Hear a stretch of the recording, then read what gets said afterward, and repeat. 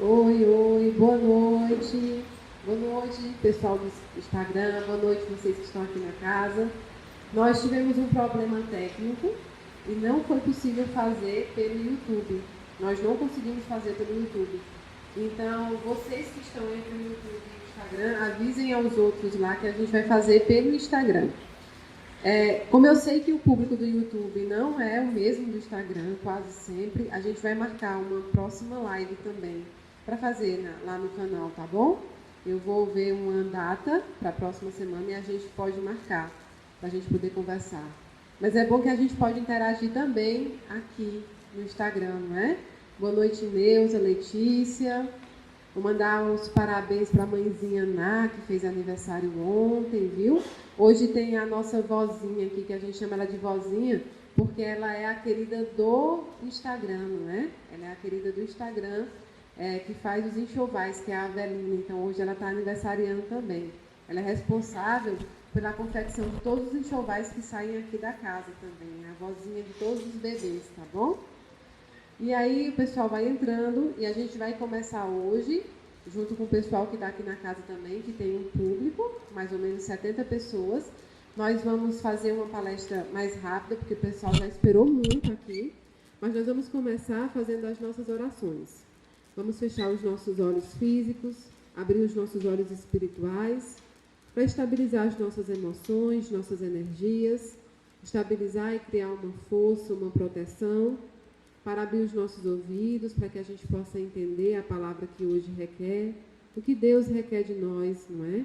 O que a espiritualidade requer de nós. Então, nesse momento, nós te rogamos, Deus Pai, em nome do nosso irmão Jesus Cristo, nós te pedimos, Senhor, aumentai a nossa fé. Aumentai a nossa fé e nos faz gratos por todas as oportunidades que nós temos nesta experiência terrestre.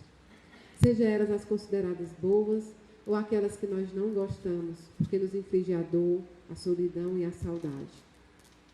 Pai eterno, nós te pedimos, visita os hospitais, visita todas aquelas pessoas que passam pelo processo da doença, que passam pela aprovação, pela expiação de uma doença, seja ela qual for. Mas especificamente, Senhor, nós te pedimos que sopre ar naqueles pulmões que estão precisando nesse momento, dentro das UTIs, em casa, passando por esse processo. Dai a cura no momento certo, se for determinado. Dai a coragem para lutar e dai a força para vencer. Deus amado, visita cada irmão em estado de necessidade, nas ruas, nos assentamentos, nas favelas, nos locais onde a pobreza impera. Visita cada um, Senhor, e os enche de esperança. Pai amado, visita cada casa, cada abrigo, cada lar de idoso, cada lar de criança. Visita aqueles que estão desabrigados também, Senhor. Visita todos os nossos irmãos que são dependentes químicos e hoje estão nas casas ou mesmo nas ruas. Visita os presidiários, Deus amado, e concede o perdão, o arrependimento e a mudança. Pai eterno, neste momento nós te pedimos pelos nossos irmãos de Petrópolis, que passam a aprovação, uma aprovação oriunda da natureza, mas que aflige tantas famílias. Esteja com eles, Senhor, neste momento. Estejam com todos que estão precisando do teu apoio, do teu conforto e da tua orientação. Agradecemos a espiritualidade amiga, o ensejo necessário para que a gente possa continuar a nossa caminhada aqui nesse planeta. Pedimos que não nos afaste, pedimos que coloque nossos entes queridos, aqueles que nós temos tantas saudades, bem pertinho de nós, bem pertinho dos nossos corações, para que a gente possa aprender a conviver e não viver sem eles. Deus amado, nós te pedimos o perdão, nós te pedimos a misericórdia divina e te entregamos hoje o que nós temos de melhor, que é o nosso coração. Te entregamos os nossos espíritos em tuas mãos. Faz da nossa vida o que tu bem entenderes ser melhor. E que entre a nossa vontade e a tua vontade, que prevaleça sempre a sua. E assim nós te rogamos a plenitude divina, a paz amigável, e o sopro divinal que só vem de ti. E tudo isso que nós te pedimos não é em nosso nome, mas é em nome do teu Filho Jesus Cristo, que é bendito e é eterno. Que assim seja, graças a Deus. Pronto, vocês no Instagram, vocês podem pedir, né? No final a gente vai fazer mais uma oração e aí vocês podem pedir também. O que vai acontecer é que eu não vou ficar lendo as mensagens de vocês, tá? Eu vou tocar a palestra como se fosse no YouTube. E o pessoal que está aqui na casa também, tá bom? Hoje nós vamos falar sobre algo que engloba tudo. Sempre numa palestra, sempre no encontro nosso, aqui no canal, no Instagram, a gente escolhe um título para falar. Então, nós já falamos sobre muitos títulos. Mas essa semana, pensando no que falar para vocês que estão aqui, para vocês que estão em casa, a gente ficava muito em dúvida, porque as dores, as mazelas, a vida de cada um é muito particular. Cada um está passando por um procedimento diferente. Se você olhar para o lado aqui na casa, olhar para o seu vizinho, você não está passando o mesmo processo de dor que ele. Em que pese vocês possam estar passando pelo mesmo problema, a dor é diferenciada. A dor não se mede e ela não se qualifica como igualitária para cada um.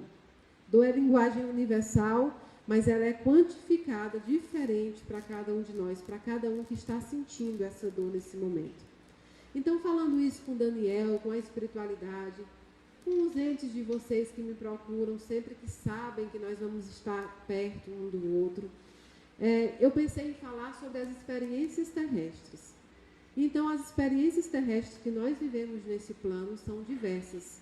E aí a gente qualificou algumas que são muito perguntadas, muito requeridas por vocês. Muitas vezes perguntadas sobre a luz, sobre a ótica do espiritismo. Porque nós conhecemos as dores, os problemas, muitas vezes sobre a ótica de outras religiões, ou sobre a ótica de nenhuma religião, ou sobre a ótica apenas da dor que nós sentimos. Então, antes de começar, eu sei que todo mundo aqui já ouviu falar no Sermão da Montanha. Ele é lido em todas as religiões porque ele é um ensinamento muito puro, muito ético e muito preciso. Eu costumo dizer que a Bíblia é muito atual. Ela não é atual de hoje, ela é atual daqui a 1000 anos. Ela será atual. Então, eu sempre me baseio na Bíblia, em que a gente tem uma bibliografia ampla, espírita, católica, evangélica, de todas as religiões, sobre o outro plano, sobre a vida após a morte, sobre nossa vida nesse plano. Mas a Bíblia, ela traz tudo que a gente precisa na sua origem. Mas eu não escolhi a parte do Sermão da Montanha, que é aquele que a gente conhece, sobre as bem-aventuranças, não é? Bem-aventurados são aqueles que choram, não é? Porque eles serão consolados. Essa parte é sim muito bonita. Mas eu escolhi uma parte que começa a partir do versículo 13. Vocês vão encontrar em Mateus, capítulo 5, a partir do versículo 13, essa parte que nós vamos ler agora. E diz o seguinte: o sal da terra e a luz do mundo. Vocês são o sal da terra, mas se o sal perder o sabor, como restaurá-lo? Não servirá para nada, exceto para ser jogado fora e pisado pelos homens. Vocês são a luz do mundo. Não se pode esconder uma cidade construída sobre um monte, e também ninguém acende uma candeia e a coloca debaixo de uma vasilha. Ao contrário, coloca no lugar apropriado e assim ilumina a todos os que estão na casa. Assim brilhe a luz de vocês diante dos homens, para que vejam as suas boas obras e glorifiquem ao Pai de vocês que está nos céus. Essa parte fala sobre como nós somos importantes para a vivência nesse planeta. Quando ele diz o sal da terra e a luz do mundo, a gente está sempre criando uma grande fantasia sobre um Salvador que ainda virá. Jesus já esteve nesse plano, Jesus já esteve presente, mas a gente está sempre esperando um Salvador. É por isso que a gente escuta tanto falar no arquétipo do Salvador. O Salvador, para mim e para você, é sempre uma outra pessoa. Você nunca se imagina que você é o Salvador para a vida de alguém. Você não imagina que com o seu exemplo, você pode, em tese, salvar. E essa palavra salvar é utilizada muito dentro da Bíblia e dentro das religiões. Mas não é bem isso, não é salvar. Porque a salvação nós temos todos os dias, de acordo com os nossos preceitos, de acordo com os nossos exemplos. Nós nos salvamos todos os dias. Porque a nossa vida, a vida terrestre, não é como alguém que está se afogando. Pode até ser. Alguém pode ir ali com um salva-vidas e te tirar. Mas muitas vezes é necessário que você aprenda a nadar diante das circunstâncias. Quando alguém está se afogando, você ensina a nadar ou você simplesmente tira? Você tira, porque não vai dar tempo de ensinar a nadar. Então, muitas vezes é assim que nós nos portamos. Nós precisamos entender que nós também podemos ser o sal do mundo. Brilhe a vossa luz. E ele diz, se o sal perder o gosto, de que servirá o sal? Diante dos nossos problemas, diante dos nossos obstáculos, é normal que a gente acredite que isso aqui acabou para a gente. Quantas vezes nós não dizemos diante do nosso problema? Não tem mais objetivo, não tem mais sentido. Nós todos, alguma vez na vida, já pensamos sobre isso. Nós não gostamos de admitir, mas já pensamos. Do que adianta tudo isso que eu estou fazendo agora? Eu perdi o emprego que eu tanto sonhava. Eu não consegui passar no concurso que eu tanto estudei. Eu perdi um filho, eu perdi um pai, uma mãe, um ente querido. E de novo, para você que é novo aqui, eu falo a palavra perder, porque é isso, o sentimento é de perda. Não adianta eu colocar outra palavra que não seja essa. O sentimento é de perda. Mas nós sabemos que a gente não perde pessoas, nós perdemos objetos que nos pertencem. As pessoas não, são espíritos individuais pertencentes ao Criador. Eu não me pertenço, você não se pertence. Você não é proprietária dos seus filhos ou de qualquer outra pessoa que você goste. Eles pertencem a Deus. E aí, quando Deus chama de novo, quando Deus diz, eu vou buscar a minha joia, a gente não quer entregar. Porque a joia é bonita, porque ela te fez feliz, porque ela te fez se sentir a pessoa mais bonita, mais linda do mundo. Só que o ourives veio buscar a joia, ele quer a joia de volta. E às vezes a gente precisa entregar. E essa entrega não é fácil. Então, diante de muitas mazelas, e o luto principalmente, por que eu falo tanto do luto? Porque o meu trabalho é de consolo. Então, a gente foca muito nisso. Porque é assim que eu consigo fazer, é assim que eu consigo caminhar. Talvez eu não entenda de muitos e muitos outros assuntos. Talvez eu não entenda da doutrina espírita como eu deveria, porque ninguém, a gente desencarna sem entender e sem saber de tudo sobre ela. A gente nunca sabe, na verdade, os desígnios de Deus. Isso é um mistério de fé, né? É um mistério do próprio Deus. Mas de uma coisa eu posso dizer para vocês. Eu entendo do luto, eu entendo da saudade. Não é só porque eu sou uma médium, porque eu já passei por isso. Todos nós já passamos. E quem não passou o luto, quem não passou a saudade de um ente muito próximo, vai passar. Porque a trajetória natural desse plano é essa. Nós enterrarmos as pessoas que nós amamos, ou elas nos enterrar. É isso que vai acontecer. E nós colocamos um tabu enorme na morte. Desde os primórdios. A morte é um tabu, assim como tantos outros assuntos que a gente evita conversar. E aí a gente diz assim, olha, religião e política não se discute. Mas como não se discute? Se você não discutir, como é que você pode colocar a sua visão? Como é que você pode absorver conhecimento? Isso vai da nossa intolerância humana. Parte da nossa intolerância humana. A gente ainda não consegue discutir vários assuntos sobre diferentes óticas sem estar agressivo, sem querer impor a nossa verdade. E o engraçado é que Deus nunca impõe a verdade dele sobre nós. Deus nunca requer que nós entendamos a ele. Ah, você precisa entender. Não, ele não quer nada à força de você, nem obrigatório. Ele espera o seu tempo, o seu momento. Ele está lá sempre dizendo, eu sou teu pai, eu estou aqui de braços abertos. Assim como o filho pródigo.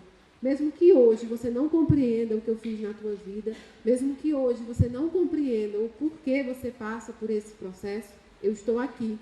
E quando você compreender, eu estarei aqui. Então a gente faz isso o tempo inteiro, a gente não quer discutir. E a morte é um desses assuntos. A morte virou tabu. Há uma diferença entre morrer e desencarnar. Aqueles que partem no momento certo, aqueles que partem quando a sua missão na Terra, quando a sua prova na Terra, quando a sua encarnação nesse planeta se findou, eles desencarnam. A morte acontece muito quando são abreviados o tempo. Há uma abreviação do tempo. Não era o momento correto do desencarne. Então aí acontece a morte. Mas esses espíritos que desencarnam, que morrem antes do tempo determinado, eles ganham nova chance aqui na Terra. eles reencarnam, porque eles precisam cumprir o ciclo reencarnatório. E aí é que está a beleza da doutrina espírita. E aí é que está a beleza de você conhecer outros caminhos. Nós não acreditamos na existência de uma punição eterna, de um inferno eterno, de um perdão que nunca vai acontecer. Nós não acreditamos em pecados mortais, nós não acreditamos que nós dormimos, nós acreditamos que nós trabalhamos após a vida material, após a vida em que esse corpo atuou, a gente passa para um outro plano, numa outra dimensão, e continua trabalhando em prol da humanidade, em prol daqueles que ainda estão aqui, para tentar derrubar o véu da cegueira, para tentar fazer com que a humanidade toda evolua. Porque a gente só vai chegar mesmo a abrir todos os portais quando a humanidade estiver toda evoluída. E é por isso que está demorando. E o instrumento da evolução é justamente a reencarnação. E tudo isso que eu falei é justamente para falar numa experiência terrestre, que é a morte, ou desencarne, e a reencarnação. Todos passaremos por essa experiência. No livro Tibetano dos Mortos, para quem não conhece, é um livro que era feito em papiros, foi escrito por várias pessoas, vários espíritos que viveram naquela época, e dizem que é muito anterior, inclusive, à própria Bíblia. Alguns estudiosos dizem isso. Mas ele foi publicado, compilado depois de muitos anos, milênios. E ele fala lá atrás sobre a arte de morrer. Nós aprendemos a arte de viver. Nós estudamos como viver. Nós baseamos toda a nossa existência na vida que a gente acredita ser a nossa vida natural. E que não é a verdadeira vida. Aqui é uma passagem, não é? Aqui é um mundo de cópias. Platão já falava no mito da caverna. Aqui é um mundo de cópias. O verdadeiro mundo, o verdadeiro lar, encontra-se na pátria espiritual. Então, na realidade, nós vivemos num mundo de passagem, num mundo de expiação e provas, onde nós enfrentaremos a experiência do desencarne, da morte. Todos nós, sem exceção. E graças a Deus, nós não temos conhecimento quando isso vai acontecer. Eu sei que você pode pensar assim, mas eu gostaria de saber, porque eu teria feito muita coisa diferente se eu soubesse que meu filho só ia ficar mais um dia, mais 2 anos, mais 3 anos. Eu faria tudo diferente. Mas você entende que a aflição de saber quando tem o seu fim, o fim do ciclo terrestre, poderia prejudicar de um tanto você, que a sua acepção, o seu acesso ao seu filho, ao seu ente querido, seria totalmente diferente do que foi. Você ia se privar de viver situações que você viveu. Todas as experiências que vocês viveram, que eu vivi com os nossos entes, que eu vivi neste planeta, são benéficas.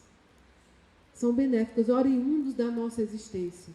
Aquela briga com aquela família difícil, sabe?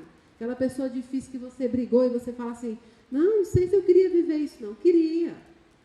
A sogra difícil, o irmão difícil, a mãe difícil, o pai difícil, namorado, marido, não é? Tudo isso você viveria porque isso te trouxe experiências, né? Te fez ter experiências. E aí eu brinco porque tem o Dan, que é um espírito, um menino que sempre me acompanha, e ele fala assim, eu vou virar o quê? Um cientista com tanta experiência? Eu nem cientista não virei, porque você fala assim, se é experiência, se não der certo, é experiência. E aí ele dizia que todo mundo vira cientista, porque só dá errado, não é? Mas é isso, é experiência mesmo. E são boas essas experiências.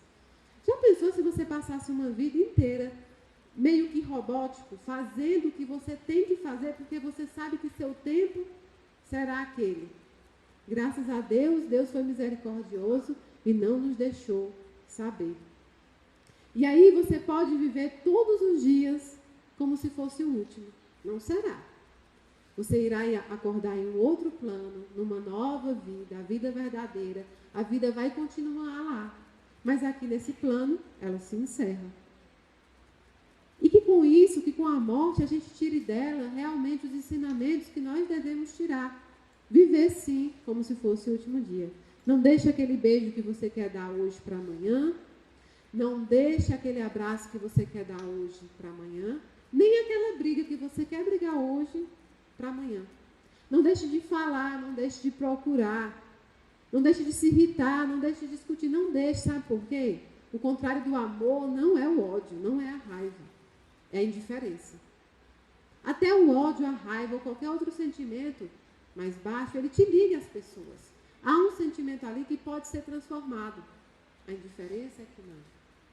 Então, nunca deixe nada para amanhã, a não ser a louça na pia, porque essa você pode deixar. Não é? Essa você cobra. Eu me lembro que minha mãe dizia, mulher, e essa pia cheia de louça, como é que tu vai dormir? Eu falei, não, tu não durmo em cima dela, eu deixo ela lá e vou dormir. O tempo é muito curto, não é não? Para você estar se preocupando com esses pratos que estão lá. No outro dia você faz, Você vai lavando só o que vai comer e assim vai. Não é? Igual roupa, gente. Passar roupa, deixa a vida passar ela, coloca no corpo e...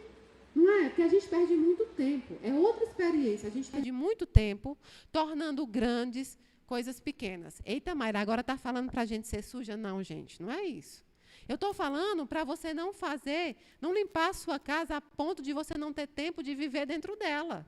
A ponto de você não ter tempo de aproveitar. Assim é tudo na nossa vida, é uma questão de equilíbrio. Trabalhe. Trabalhe para que você possa se sustentar, viver agradavelmente, poder ajudar os outros. Mas não trabalhe a ponto de deixar a sua vida... A única experiência nesse momento que você tem é esse dia. É o que você tem em mãos. Você não sabe o amanhã. Então, não trabalhe a ponto de deixar a sua vida neste plano passar e que daqui a 60 anos você possa só lembrar que você só trabalhou. É uma experiência. É tratar todos os dias como se fosse o último. E não porque a vida não vai dar continuidade, mas é, sim, o último nesse plano. E nós temos que aproveitar. Tudo que nós vamos levar para outro plano, para a nossa nova experiência, será aquilo que a gente conseguir carregar. Você vai conseguir carregar uma casa para o outro plano? Dinheiro? Roupa? Você não vai conseguir carregar nada disso. O que você vai conseguir carregar é aquilo que não pesa em sacolas. São os tesouros eternos. E que todo mundo sempre bate nisso. Às vezes parece chato, porque toda pessoa que lida com religião, ela fala isso para você, e você não entende muito bem. Você fala, tudo isso de novo. Mas é. Porque nós somos aquele estudante que passa, vai para o primeiro ano do ensino médio, segundo ano do ensino médio, terceiro ano do ensino médio, levando. E aí, quando vai prestar vestibular, fala, eu queria ter estudado desde aquele início. Hoje eu não estava assim. Você vai para uma faculdade e você vai deixando a vida levar, entendeu? Quando eu fiz faculdade de Direito, tinha um professor que ele dava uma matéria que eu não era muito afim, meu espírito não era afim, nem a matéria, nem a ele. E aí, o que é que eu fazia? Eu respondia a chamada e ia comer estrogonofe na cantina. Resultado, no final do semestre, eu tive que correr durante 2 semanas para estudar para uma prova final, porque é lógico que eu fui para a prova final, para passar. E pedir misericórdia de Deus para passar. E pedir misericórdia dos Espíritos, pedir ajuda. Não é? Nunca me ajudaram, gente. Nunca me ajudaram. Nunca.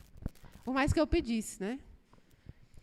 Então, a gente é assim, nós somos estudantes. Quando a gente fala que é trabalhador de última hora, somos os estudantes de última hora. E aí, o que você não aprender naquela aula, vai se repetir, porque você vai reprovar, vai repetir tudo de novo. Aquela aula que eu não queria ver, se eu reprovasse, eu ia retornar e o professor ia ser o mesmo. Porque é assim que funciona. Então, que cada lição que seja nos dada, seja correspondida, da forma que você puder. O feito é melhor do que o perfeito, não é? Aqueles que buscam a perfeição, é lisonjeável, é o correto, a gente quer ser perfeito. Mas você tem que buscar fazer primeiro. Não deu para fazer com a perfeição, você vai fazer do jeito que dá. Está passando o processo do luto? Olha, Mayra, eu não consigo reagir. Eu não consigo simplesmente levantar da minha cama, vestir uma roupa, e ir no shopping, e ir andar, e ir fazer compra. Eu não consigo. Tá, você não consegue sair ainda. Mas você vai se esforçar para levantar da sua cama, calçar um chinelo e ir lá para a sua sala. E todo dia você vai aumentar um pouquinho essa saída. E todo dia você vai se fortalecer um pouquinho, até o dia que você vai abrir a porta e vai conseguir sair. Nós precisamos nos fortalecer, não é?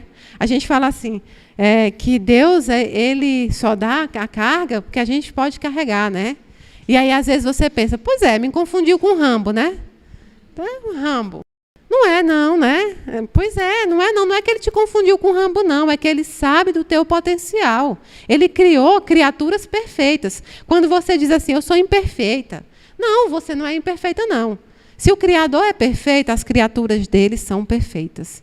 O que você possui são imperfeições. E essas você pode mudar, de acordo com o seu pensamento. E aí, eu pesquisando, o que as pessoas gostariam muito de perguntar sobre as experiências terrestres, além da morte e do desencarne, veio um assunto que eu conversei ontem um pouco com o Gibele. Vocês assistiram a live de ontem com o Gibele? Que é sobre o desencarne de crianças ou as mortes prematuras. Quem aqui perdeu um filho ou alguém conhecido que era um bebê, que era uma criança, que era um jovem? Muitos de nós, não é? Já perdemos pessoas que a gente acredita ser a tenridade, prematuramente, não é? Foi assim muito prematuro a ida dele ao plano espiritual, o retorno dele. Mas o que é que acontece? Acontece que o tempo que determina é o nosso amor. Nós determinamos o tempo pelo amor. Se eu perguntar para uma mãe que houve um processo do desencarne do filho com 70 anos e ela tem 90, ela vai dizer que ele foi cedo, porque ele foi antes dela. Mesmo que ele tenha vivido 70 anos. Se eu perguntar para você que perdeu a mãezinha, que entregou a mãezinha para a pátria espiritual, e que ela viveu 80 anos, se eu perguntar para você se era o momento, você vai dizer, não, mas eu queria viver mais com ela, porque ela tinha muito mais ainda a me contribuir, muito mais amor a me dar. E se eu perguntar para uma pessoa que perdeu um filho com 2 anos de idade, ela vai falar, isso também foi muito cedo. Eu tenho saudade do que eu não vivi, do que eu não vou viver. E se eu perguntar para uma mãezinha que houve um aborto espontâneo, ela vai falar também. O processo da morte, o processo do desencarne, dessa perda que a gente sente, esse vazio no coração, ele é disfuncional. Porque nós sempre queremos mais. Então, essa escala que nós criamos de uma... Como é que a gente diz? A gente diz que não é a seleção natural, né? Uma mãe perder um filho. Um filho partir antes da mãe não está na seleção natural nos nossos pensamentos, não é? Mas fomos nós que criamos essa seleção. Pelo nosso amor, porque a gente quer sempre eles perto. A gente tem um amor tão grande que a gente diz, eu quero que eles sobrevivam a mim. Não é? Mas isso, é nós que criamos. Não existe essa seleção natural. Cada um cumpre a sua missão aqui nesse plano, de acordo com a programação espiritual que foi feito em outras encarnações. Na erraticidade. O compromisso que você prestou. Todos nós sabemos quanto tempo nós vamos ficar no planeta Terra quando a gente está na erraticidade. Todos nós. Nós somos chamados a saber, a se compromissar, a vir de determinada maneira, em determinada família. Mas quando nós chegamos nesse plano, nós temos o esquecimento do iceberg, né, que o Daniel sempre fala. Qual é? É 5% de memória e 95% de esquecimento de tudo que nós passamos. Pela misericórdia divina também. Quem aqui queria saber o que foi em outra vida? Muita gente quer saber, né? Você já pensou, se você souber, que você assassinou muitas pessoas em outra vida? Você está preparado para entender que você fez uma coisa tão atroz? Às vezes não é? E é por isso que o esquecimento divinal é uma proteção que Deus nos dá.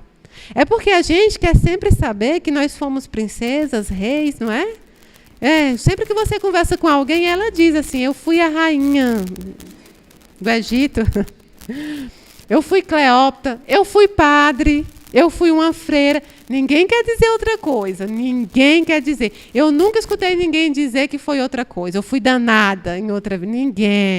Ninguém, não é? A gente quer sempre uma encarnação em que a gente foi algo positivo, algo bom, não é? Então, esse esquecimento é uma dádiva, é uma dádiva.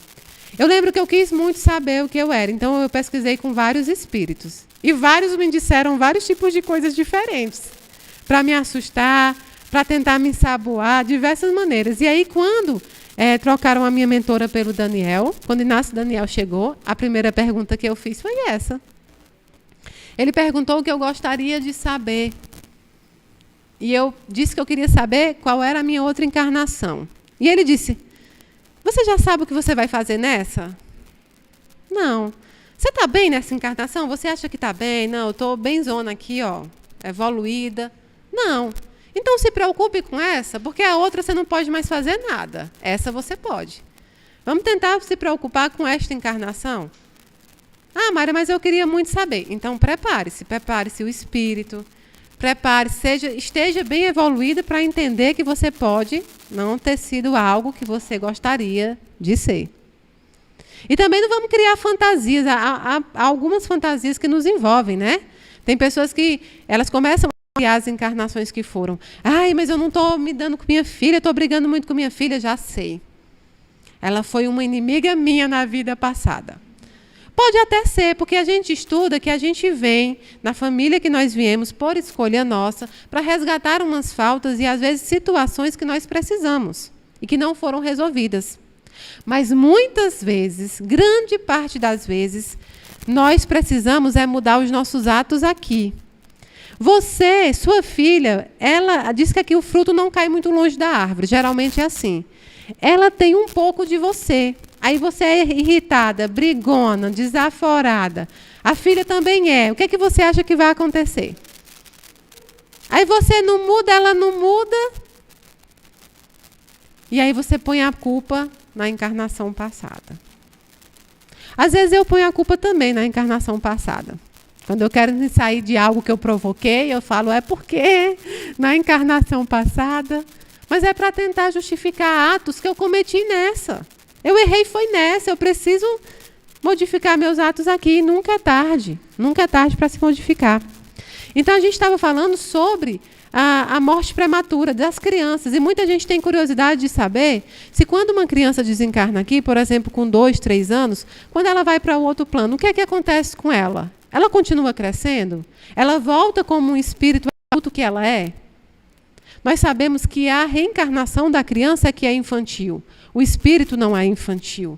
O espírito é um aglomerado, não é? De situações que ele já vivenciou.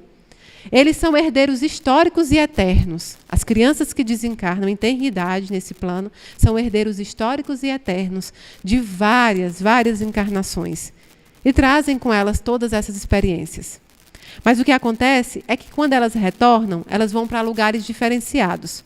Quando você coloca um filho seu numa creche, ele é separado por idade. Por quê? Porque cada criança, não é assim, Áurea? Cada criança tem uma formação, um conhecimento diferente, ele pode ter um estudo diferenciado. Se você colocar as crianças que têm formação diferente juntas, um pode atrapalhar o outro, a evolução não vai seguir, ou um pode estranhar o outro. Assim funciona no outro plano. As escolas, porque lá tem escola. Então, as escolas, os departamentos, recebem essas crianças e separam pela idade e pelo grau de formação. Elas assumem a forma adulta tão quão o tempo que elas iriam assumir aqui. Elas crescem igual crescem aqui. E é por isso que eu digo, fazia aniversário para ele, canta o bolinho para ele também. Por que não? Você não comemorava quando ele estava aqui nesse plano? Comemore quando ele está no outro plano, ele vai receber isso, ele vai entender que ele foi lembrado, que ele foi amado. E as crianças são assim, elas crescem e atingem a fase adulta no outro plano também. Mas algumas, pelo grau de evolução maior, o espírito tem o grau de evolução maior, eles podem escolher amadurecer rapidamente. Então, logo tomar forma de adulta. Mayra, por que uma criança com 2, 3 anos, 1 ano, desencarna, Mayra? Por que isso acontece? Por variados motivos. Ela podia ter simplesmente esse tempo para completar o seu ciclo reencarnatório. Muitas vezes, ela vem e passa por esse processo, porque ela precisava aprender, o espírito precisava aprender com isso, a família precisava também passar por isso, para entender o verdadeiro amor, para entender as verdadeiras questões da vida. E muitas vezes elas vêm por missão. Muitas vezes elas vêm por missão. Eu escuto muito as pessoas falando sobre as pessoas que vêm a este plano com deficiência. Às vezes, a religião, as doutrinas, elas são muito duras, muito frias ao falar. Às vezes você quer aplicar algo de uma religião e não sabe a colocação dela. Porque de verdade, eu sou espírita, mas de verdade nós sabemos que só quem é onisciente, onipotente, onipresente é Deus. Só Ele sabe de tudo, só Ele é sabedor de tudo da criação. E às vezes a gente quer encaixar as pessoas que tiveram uma situação parecida no mesmo local. Vou explicar por quê. É muito comum você ir a centros espíritas ou alguns irmãos espíritas te disserem assim: a sua filha veio deficiente porque em outra vida, aí vem a outra vida, ela provocou um suicídio. Em outra vida, ela fez isso ou aquilo. Não, ela pode ter vindo por missão. As pessoas que vêm de forma especial, né? As pessoas que vêm, que são chamadas de especiais. E sabe que especial é realmente uma palavra bonita porque eles são especiais. Muitas vezes ele vem com uma missão de te ensinar a respeitar as diferenças, de te ensinar a amar até mesmo aquele modelo que você não acha que se encaixa no seu atual. Ele vem para ensinar a coletividade. Eles têm uma missão enorme de ensinar a coletividade o verdadeiro amor, a verdadeira palavra aceitação. Então, nem sempre é isso. Não vamos colocar todo mundo sempre no mesmo local. Outra experiência que acontece isso, o suicídio. Eu sempre falei para vocês o quanto eu desgosto daquela questão que colocam os nossos irmãos que provocaram isso em um patamar diferenciado do que nós estamos aqui. Não é? A gente escala o suicida como algo que sai de uma escala de reprovação muito maior do que nós, que também fazemos outros atos. Não estou romantizando o suicídio, sabe por quê? O suicida, ele não sente aquela dor que a religião do medo quer impor. A gente, em vez de conversar o certo, de tentar explicar o porquê não do suicídio, a gente tenta impor o medo às pessoas. Se você pega uma determinada religião, ela diz, não tem salvação. Se você cometeu o suicídio, não tem salvação. Se você vem para outra religião, mesmo que ela seja de consolação, você pode escutar de alguém que o seu filho, que o seu parente que cometeu esse ato, ele está no Vale do Suicida sofrendo muito e, enfim, coloca o terror. Não é assim. Nós precisamos entender o porquê nós não podemos tirar a nossa própria vida. Além da vida ser pertencente a Deus, o que o irmão suicida, o que o irmão que praticou esse ato sofre, não é uma dor da carne, não é uma dor da matéria, não é uma dor do corpo. É uma dor da consciência. E a consciência é o espírito. Nós temos 3 corpos. Corpo físico, o perispírito e o espírito.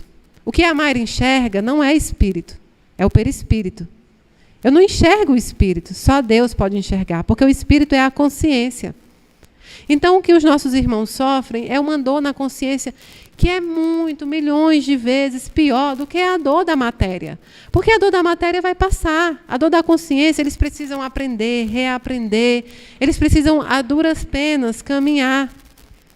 E eles caminham. Muitas cartas que eu tive a honra de escrever por irmãos que cometeram esse ato foram cartas cartas muito bonitas de ensinamento do perdão, de ensinamento das boas novas, de ensinamento do porquê isso não pode acontecer.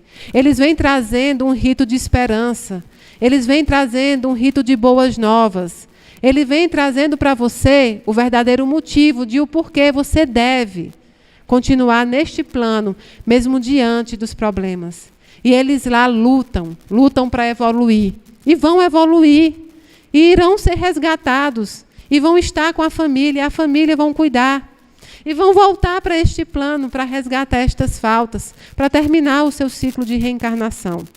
Mas há diversos motivos por um suicídio. Há diversos tipos de suicídio. E a gente não pode encaixar todos. em uma caixinha só.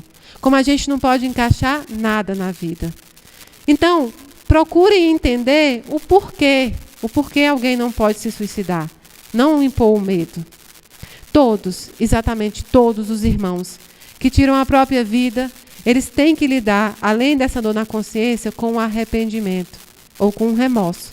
Aqueles que lidam com o remorso ainda estão longe da sua evolução, precisam passar o tempo para resgatar. Aqueles que lidam com o arrependimento, logo eles reconhecem que precisam lutar, que precisam evoluir para seguir. E seguem. Mas não cabe a mim, não cabe a você, não cabe à religião, não cabe a ninguém julgar. Porque tem atos que qualquer um de nós seríamos capazes de cometer. Você acha que não, mas você é capaz de cometer. No momento de loucura, no momento de sofrimento, no momento em que você está influenciado. E é por isso que nós precisamos sempre procurar evoluir, para que a gente passe por esses momentos de forma a saber sair deles. Mas nem todo mundo consegue.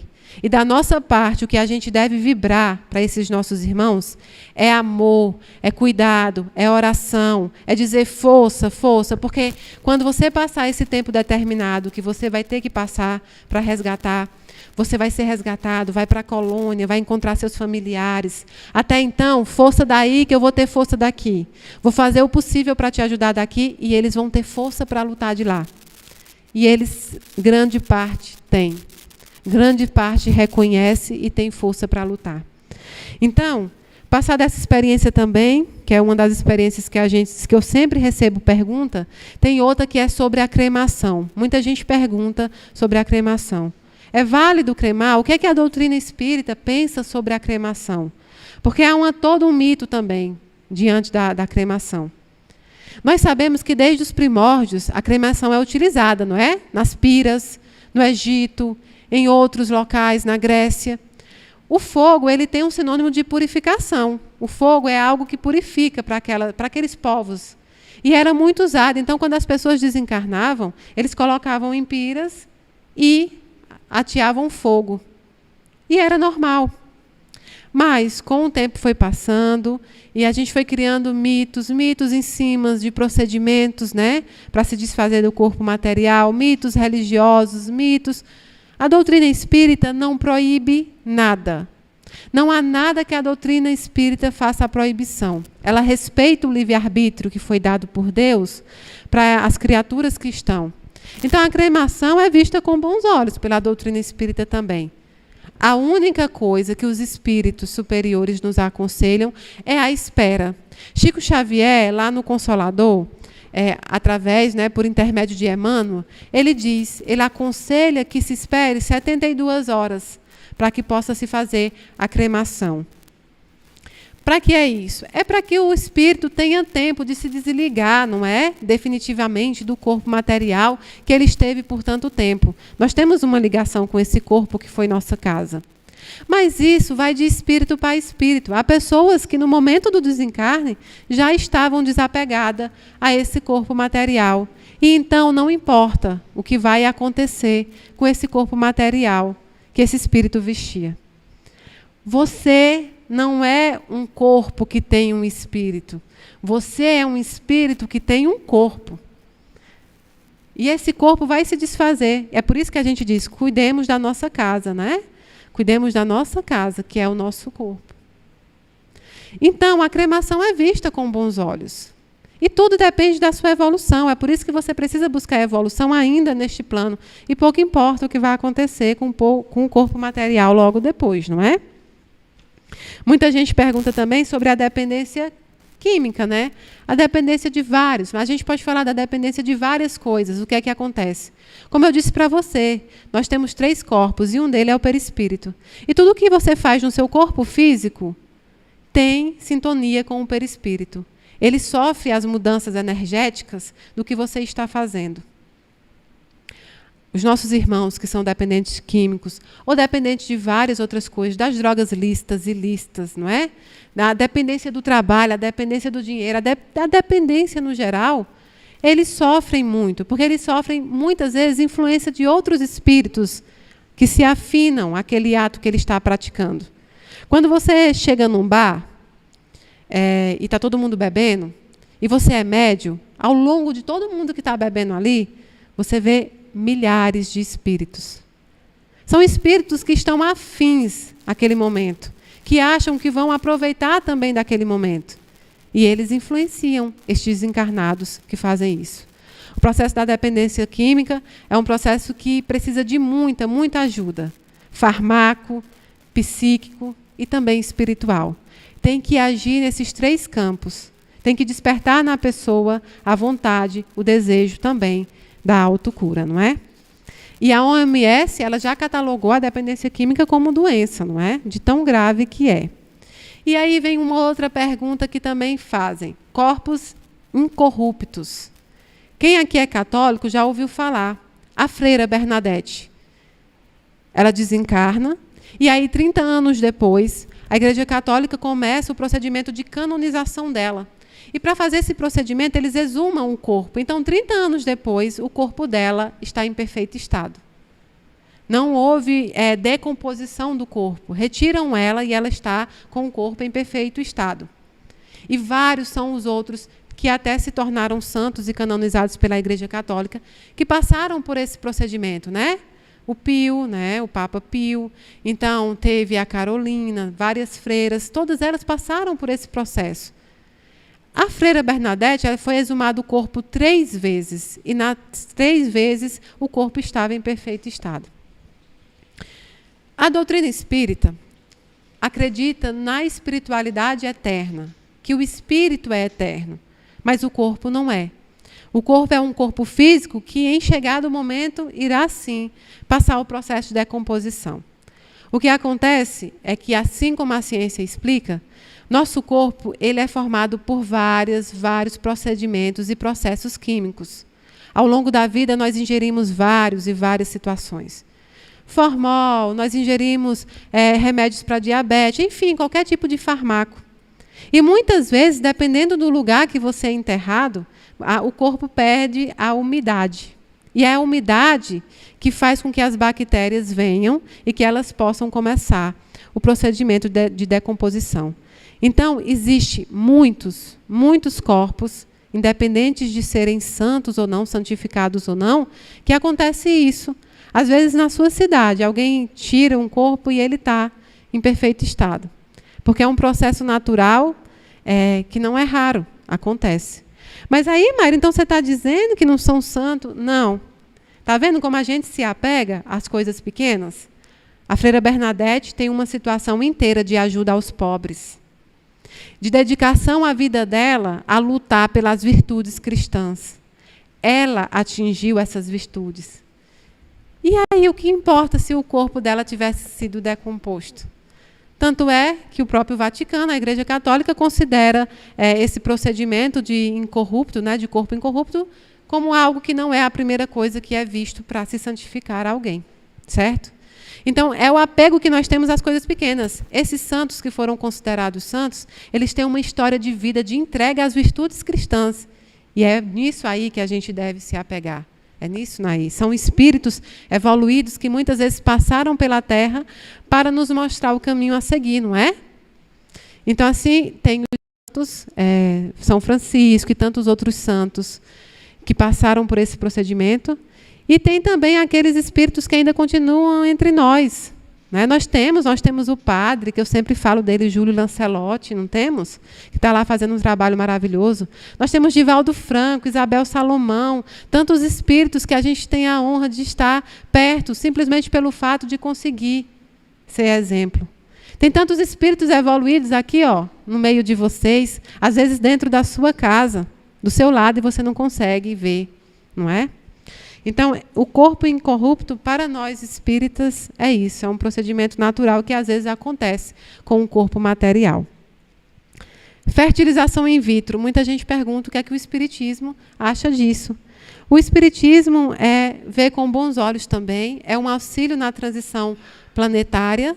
E nós vemos que são pessoas que são capazes, né, de se doar em prol de um reencarnante, de uma reencarnação. Então, Divaldo Franco tem um livro, no livro da Transição Planetária de Divaldo Franco, fala um pouco sobre isso também. Quem tiver interesse de ler, aquelas questões do pessoal, das crianças, vocês podem ver também no Escola no Além de Chico Xavier. Então, tem várias outras coisas. Eu não vou tomar o tempo. Talvez de uma outra palestra a gente consiga falar sobre outros determinados motivos, né? Então, assim, o pessoal que está em casa, que assiste, sabe que sempre que eu posso, que eu costumo, eu dou os recados.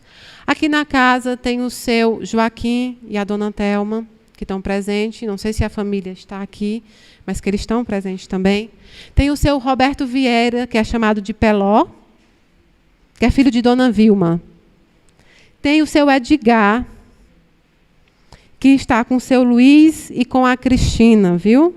E tem o Lucas Peixoto, que é um rapaz muito, muito, muito bonito, que está aqui também, e que está com os avós Zenília e Manuel. Tem a Gabi, que está comigo, a Vivian, que está comigo também. Lucas Amoroso, que já esteve comigo, está comigo também hoje aqui. Enfim, esses são os que têm autorização para que eu possa falar. Então, eu vou encerrar a live de hoje, pedindo desculpa ao pessoal do Instagram, pedindo desculpa ao pessoal do YouTube, que não deu certo, mas eu vou marcar uma nova live para que a gente possa fazer também. Eu agradeço muito. Ah, está no ar? Agora que me informaram que eu estou no ar no YouTube também. Misericórdia. Mas eu não sei, pegou desde o início? Não, né? Então, o pessoal do YouTube também tem que passar por esse processo, não é?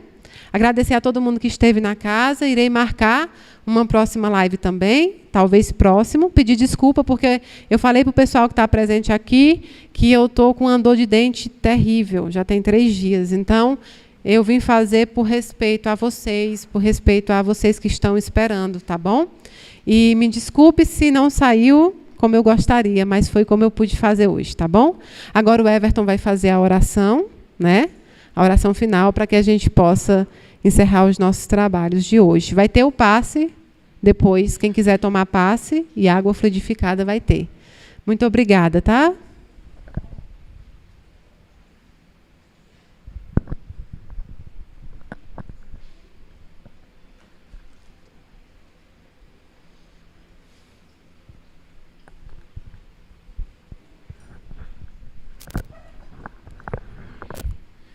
Então, nesse instante, vamos nos preparar para este momento de oração, que nós possamos nos conectar com Deus, com a espiritualidade superior, e que nós possamos rogar a Deus as bênçãos para as nossas vidas.